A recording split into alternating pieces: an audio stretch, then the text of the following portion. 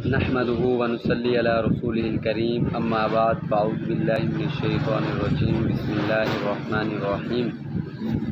اللہ تعالیٰ کی کتابیں یعنی اللہ تعالیٰ کی کتابیں کتنی ہیں؟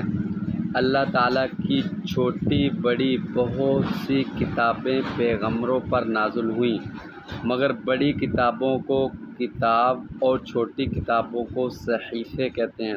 چار کتابیں مشہور ہیں۔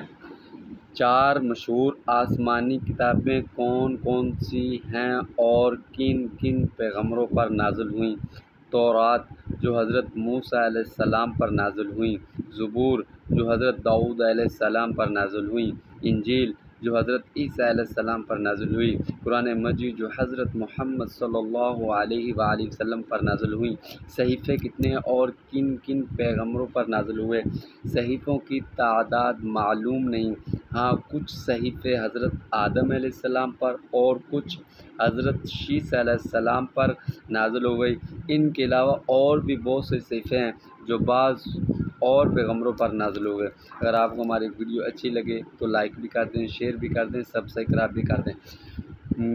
میرا مقصد یہ ہے چھوٹی چھوٹی باتیں بتلانا، جو ہمارے چھوٹے چھوٹے بچے ہیں ان کے لیے یہ بہت ہی اچھی باتیں ہیں۔